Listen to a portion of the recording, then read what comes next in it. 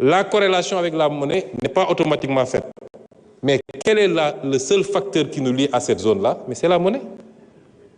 Moo tax il faut que ñu nangu poser débat yooyu avancer ci mais lu technique la lu sérieux la am na lu ñu teg loo xam ne ñu ngi ciy liggéey du fii laa koy développer yëpp pour vous dire que tous les leviers ñu ngi ciy liggéey tous les leviers qui doivent nous amener à souverainiser notre financement nous donner le maximum d'indépendance parce que da ngay dégg ñu ne ñoom ñoo ne woon bor tekkiwul manque de souveraineté bor bu ñu la conditionné ba nga xam ne sañoo bañ bor boobu mooy manqué souveraineté mais bu dee yow yaa am sa latitude marché yi wóolu la ba soo wootee ñu wuy si la parce que la dette n'est que de la fiscalité différée en réalité nga teg ko ci temps teg ko ci anam boo xam ne dette bu soutenable la nga garder toute ta latitude ber bu bon mooy dañ la naan lii da nga koy signer foog nga def telle réforme sinon duñ la lebal kooku mooy bor bi nga xam ne day empiéter ci sa souveraineté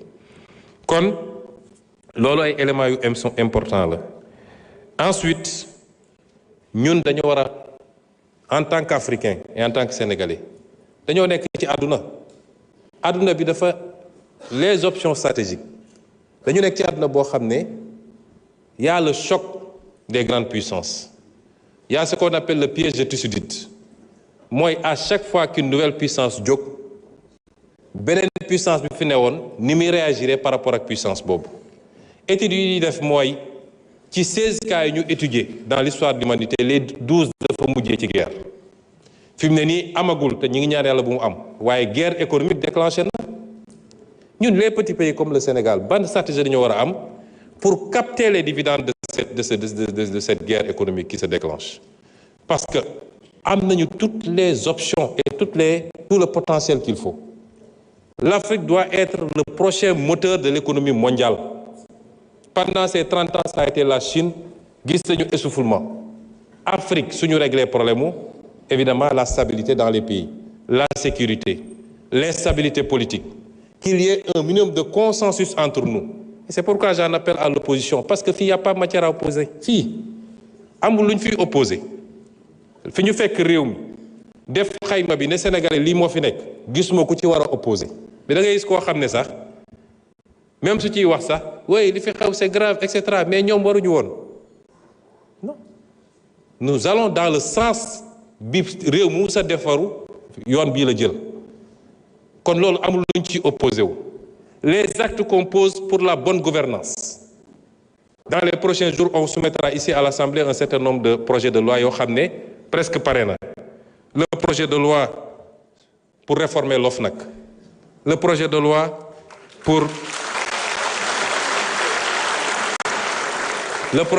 pour les lanceurs d'alerte, le projet de loi pour l'accès à l'information. Parce que citoyen bu nekk war na mun a am accès à l'information. Qu'est-ce que le Premier ministre fait?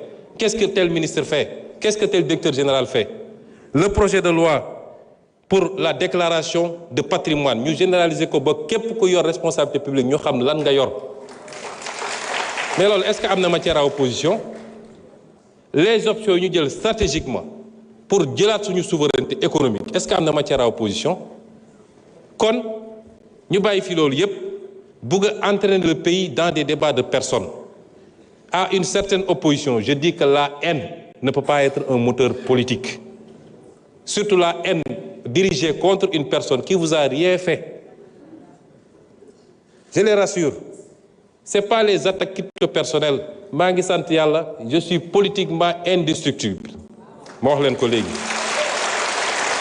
parce que li ma ne yàllaa ko def saa yu ko soobee moom moo ko fiy dindi mais du nit. ku fiy wax di tëb bu ñu génnoon léegi taxaw ci ne bedd bi ku ñëw romb la ku ñëw taxaw nuyoo man maa ngi ciy sant yàlla. mais ñun réew mi moo ñu soxal moo tax si on a une opposition républicaine elle n'a qu'à s'opposer de manière républicaine. nañu ñëw wax ci mbay mi nañu wax ci càmm gi nañu wax ci ressources naturelles yi nañu wax ci les programmes et les objectifs. Sur ce terrain nous sommes ouverts au dialogue, nous sommes ouverts au débat contradictoire comme je le fais ici à l'Assemblée. Mais ñu bëgg a bàyyi foofu yépp entraîner le pays vers des dérives verbales, vers des règlements de compte personnels, les dossiers judiciaires. amul kenn koo xam ne dañ laa togal parce que non dem nañu ba ne pourquoi dans une campagne électorale il a dit.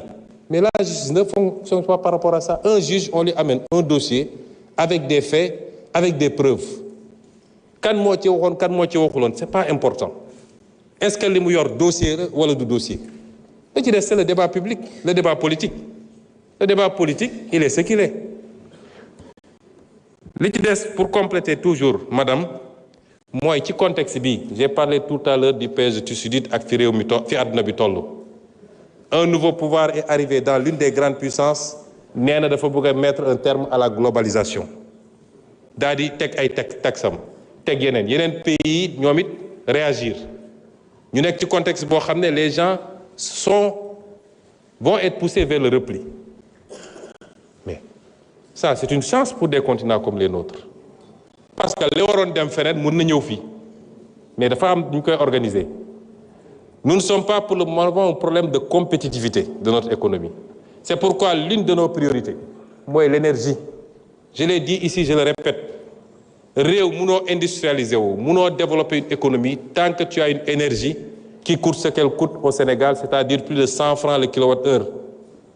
Suñu plus grand pari et suñu plus grand défi dans les 5 ans, mooy ramener le prix du kilowattheure maximum à 60 francs. Le ministre de l'Énergie vous l'a dit l'autre jour. Et c'est pourquoi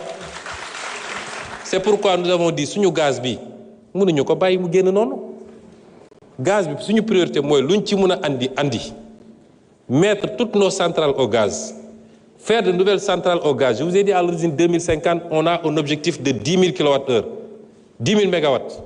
On a produit 1800 aujourd'hui. Imaginez le gap. Le solaire ne pourra pas tout combler. moo tax ñu ne suñu oléoduc bi suñu gazoduc bi war a andi gaz bi fii mooy suñu priorité. L'énergie est une question de sécurité nationale même. Et c'est pourquoi, en dehors de l'aspect économique, il y a l'aspect domestique. Parce que dans le budget des ménages, l'énergie coûte très cher. moo tax dégg ngeen coow Central West Africa Energy bi. Quand je suis arrivé, j'ai dit au président, je prends en main ce dossier. Parce que mënuñu bàyyi un secteur aussi stratégique ñu ne c'est des investissements privés. C'est pas des investissements privés. Parce que, c'est un secteur dont relève la sécurité nationale. Deux, Monsieur le Premier ministre. Je conclue 1 minute. Parce que vous m'avez pris des minutes tout à l'heure. Hein? Voilà. Deuxièmement, c'est un secteur boo xam ne dans ces projets-là, c'est fait sous le couvert du contenu local. moom ay avantages yu ñuy teg. L'État garantir ni moom mooy jënd la totalité de la production à travers la Sénélec. Et pour cela, l'État joxe sa garantie souveraine. Tu as 280 milliards d'investissements, l'État joxe sa garantie souveraine. Si la Sénélec faillit, c'est l'État qui paye. Et on me dit que c'est un projet strictement privé. Et c'est pourquoi on a pris en main ce dossier et nous sommes en train de faire ce